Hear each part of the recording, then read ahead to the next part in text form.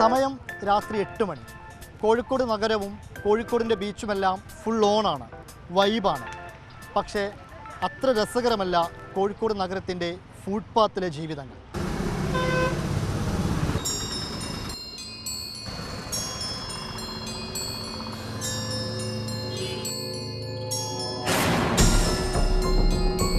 കോഴിക്കോട്ടെ വലിയങ്ങാടി ജംഗ്ഷനിലാണ് ഞാനിപ്പോൾ നിൽക്കുന്നത്. നിരവധി വാഹനങ്ങളാണ് ഇതുവഴി കടന്നു പോകുന്നത്. എന്നാൽ രാത്രിയിൽ നിരവധി മനുഷ്യരാണ് ഈ റോഡിന് ഇരുവശവും കിടന്നുറങ്ങുന്നത്.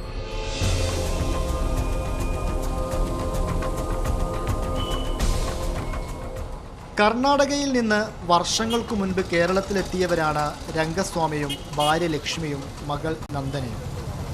അമ്മ വീട്ടുവേലയ്ക്ക് പോകുമ്പോൾ മകൾ നന്ദന പുസ്തകങ്ങൾ വിൽക്കാനായി തെരുവിലിറങ്ങും. രംഗസ്വാമി മറ്റു ജോലികളും ചെയ്യും. രാത്രിയായാൽ വാഹനങ്ങൾ ചീറിപ്പായുന്ന റോഡെന്നോ തെരുവെന്നോ ഇവർക്ക് വ്യത്യാസമില്ല. പാചകവും അലക്കുമെല്ലാം റോഡ് വശത്തിരുന്നു കൊണ്ടാണ്. റൂം ഇങ്ങ ജാസ്തി റേറ്റ് 10,000 രൂപ, അഡ്വാൻസ് എന്നാ 20-30,000 പൈസ ഇല്ല. അത് ഈ പൈസ ഇല്ലാത്തപ്പോഴാണോ ഇങ്ങനെ തെരുവിൽ കിടന്നുറങ്ങേണ്ട അവസ്ഥ വരുന്നത്? ആ, പൈസ ഇല്ല. അത് ഒന്നും ചെയ്യില്ല.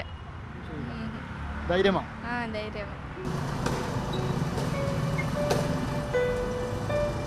പക്ഷേ വാഹനങ്ങൾ ചീറിപ്പായുന്ന ഈ റോഡിൽ ഇവർ സുരക്ഷിതരല്ലെന്ന് കാണുന്ന നമുക്ക് മനസ്സിലാവുമല്ലോ. സമയം രാത്രി 9 മണി. കോഴിക്കോട് റെയിൽവേ സ്റ്റേഷന് മുൻപിലെ ഫുട്പാത്തിലെ കാഴ്ചകളാണിത്.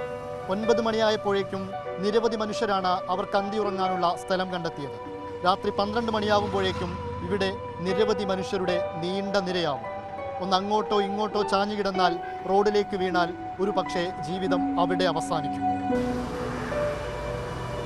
ഇതൊന്നും സുരക്ഷിതമല്ലെന്ന് ഇവരിൽ പലർക്കും അറിയാം. ചോദിക്കുന്നവരൊക്കെ പറയുന്നത് ഞങ്ങളിവിടെ സ്ഥിരം ഉറങ്ങാറില്ലെന്നാണ്. പോലീസിനെ പേടിച്ചാണ് ഇങ്ങനെ പറയുന്നതെന്ന് മാത്രം. ഇവിടെ நான் கறந்து உறங்கல, என்ன வேலை கூட வந்து பட்டிச்சுட்டு போயிட்டேன் சாமி. இங்கനെല്ലാം கடந்து உறங்க முடியாது. इधर डेली नहीं, मेरा डेली नहीं. अभी आया 9 o'clock आया. अभी थोड़ा आराम करूँगा, बाद में ट्रेन में चला जाऊँगा. പക്ഷേ റെയിൽവേ സ്റ്റേഷൻ പരിസരത്തോട് ഓട്ടോറിക്ഷക്കാർക്ക് പറയാനുള്ളത് മറ്റു പല കാര്യങ്ങളുമാണ്. ഇവരൊക്കെ ഈ കള്ളും കുടിച്ച് വേണ്ട രീതിയിൽ കിടക്കുന്ന പോക്കറ്റ് അടിക്കാനും ടീമാണ് ഇവിടെ കിടക്കുന്നത്. ഈ ടീമിനെ റെയിൽവേ പോലീസ് അടക്കം ഓട്ടോ ഡ്രൈവർ ഒരുമിച്ച് നിന്നിട്ടാണ് അടിച്ചോടിച്ചിരുന്നത്. മറ്റു സംസ്ഥാനങ്ങളിൽ നിന്ന് എത്തുന്നവർ മാത്രമല്ല, മലയാളികളും അന്തിയുറങ്ങാനായി തിരഞ്ഞെടുക്കുന്നത് തെരുവുകൾ തന്നെയാണ്. വീട്ടിൽ ചെറിയ മദ്യ പ്രശ്നം കൊണ്ട് മദ്യടിക്കുന്ന പ്രശ്നം കൊണ്ട് വൈഫിനായിട്ട് ചെറിയൊരു അലോചന ഉണ്ടായിരുന്നതാണ്. വാഹനങ്ങൾ നിരവധി പോകുന്നുണ്ട്. അപ്പോൾ ഏതെങ്കിലുമൊക്കെ വാഹനം വരുമ്പോൾ നമ്മുടെ ജീവന് ഭീഷണിയല്ലേ? വളരെ വാസ്തവമാണ് പറഞ്ഞത്. വളരെ ശ്രദ്ധിക്കുന്നുണ്ട്. എന്ത് ചെയ്യാനോ, ജീവിതത്തിലൊരു അനുഭവങ്ങൾ വരുമ്പോഴാണ് പഠിക്കല്. ക്യാബുണ്ട്, അവിടെ നമുക്ക് സൂര്യാധാരണ അവർ നമ്മൾ ഒഴിവാക്കിയാണ്. അപകടങ്ങളൊക്കെ ഉണ്ടാവില്ലേ? അത് നോക്കണ്ടേ, രാത്രി വഴി കിടന്നുറങ്ങണ്ടേ, പിന്നെ കടപ്പുറത്തെ കിടന്നുറങ്ങാൻ മതിയോ.